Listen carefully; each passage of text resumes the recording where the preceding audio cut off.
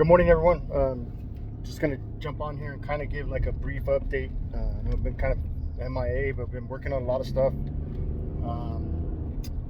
We're working towards the service being towards the end of March, just because there's a lot of moving parts that have to happen beforehand. But we'll definitely put it out there so everybody will have enough time to, if they have to request time off from work or whatever it happens to be, or make travel plans. We'll definitely have something, like I'd say, like in the next week or so.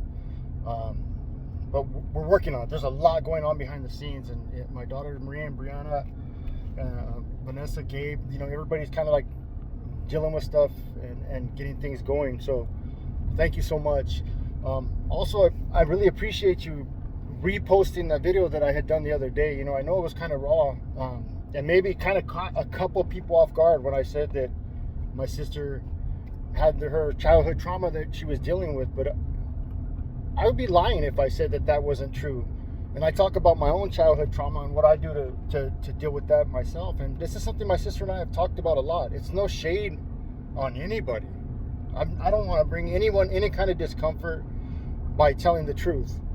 I never mention any names of people that she may have mentioned or things like that, because I want everybody to have peace and think of her in a loving way. But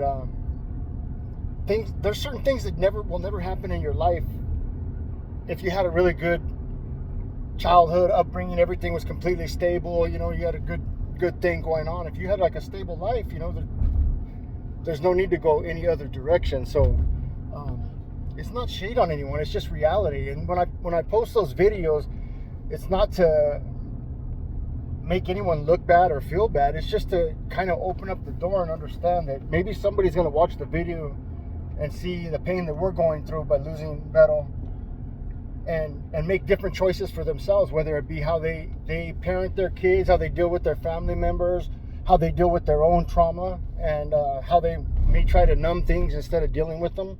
But just a lot. There's a cause and effect for everything. So again, it was not trying to bring any kind of shade. It's just kind of trying to bring awareness to things that were going on.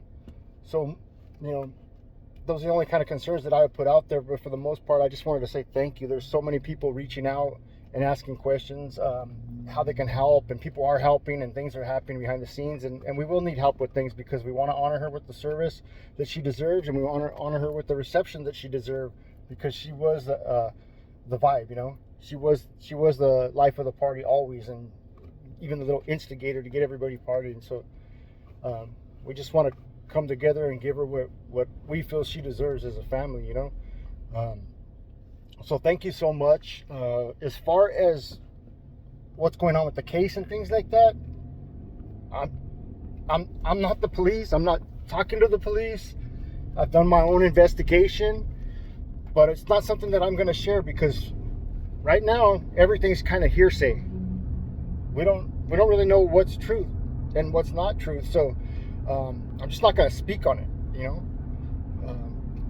Some of you guys have called the police and given your feedback, and that's something you decide to do, and I respect that.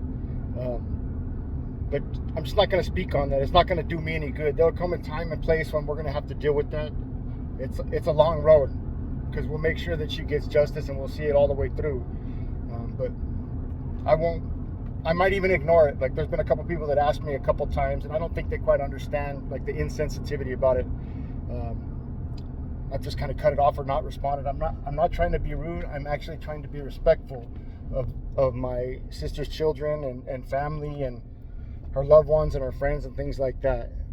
Whatever I feel I need to share, or with who I need to share it, I'll do that. But for the most part, I'm just going like radio silence on it out of respect for everybody. And let's get this service together and bless each other that day and comfort each other that day, and then we'll deal with the rest while it goes. So God bless you. I hope you spend some time linking up with family that maybe you haven't linked up with in a while. Consider forgiving people for things that you think are worthy.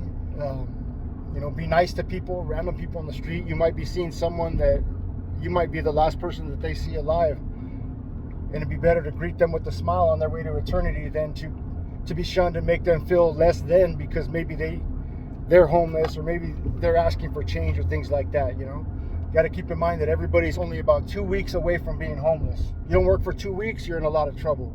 So none of us are better than the next. We just happen to have some more fortunate circumstances. So just be kind, be loving, you know, like Jesus said, just love one another. That's the greatest commandment, you know. And there's nothing that he said or he did or that was written about him that I could disagree with, even though I often question religion. But Jesus himself was a perfect example, and I felt that Vettel embodied that in a lot of ways. She wasn't perfect. She made her mistakes. She was a hardhead, but she loved people, and she was always trying to help people, and she was always doing kind things that she didn't have to do. So just take that example, and I'll talk to you soon. God bless you, and thank you for the support for my family, for the Rendon and the Barrow family, and everybody else involved. Thank you so much.